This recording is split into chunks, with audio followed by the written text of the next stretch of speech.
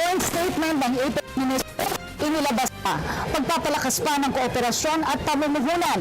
Isinusulat ng 148 item na manifesto.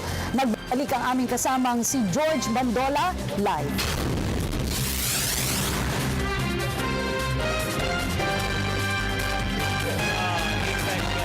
Ministers ang nagkakaisang pahayag naman ito, ang joint statement na kanilang pinirmahan, at ito'y sa pagtatapos na rin ng formal na senior officials meeting dito po sa nangyayaring APEC. Sa 148 item na manifesto na pinirmahan ng mga ito, inilahad ng APEC ministers sa mga napapanahong agenda at rekomendasyon para mapalakas pa ang kalakalan sa mga bansang kasapi nito.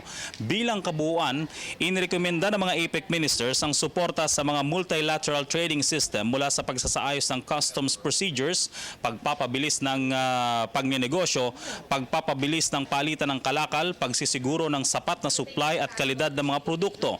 Naging detalyado rin ang Joint Ministers Statement hanggang sa kung papaano mapapalakas ang interconnectivity sa pamagitan ng internet at digital services, telecom and information, at mga pamaraan kung papaano hihimukin ang mga kabataang lumahok at makiisa sa mga mahalagang information technology infrastructure programs. Maging ang kasiguruhan sa mga pagkain itinalakay din ng mga ministro, enerhiya, climate change and disaster risk reduction at turismo. Naging ehemplo naman ang Pilipinas sa paglalatag nito ng mga pamaraan at hakbangin para mabawasan ang korupsyon at maihatid sa mga mamamayan ang tunay na serbisyo na malinis. Naging napakahalaga ang talakayan para sa pagbuo ng roadmap tungo sa katuparan ng Free Trade Agreement on the Asia-Pacific o FTAP. Mga talakayang binuo ng mga usapan mula sa pagbuo ng Boracay Action Agenda at Cebu Action Plans.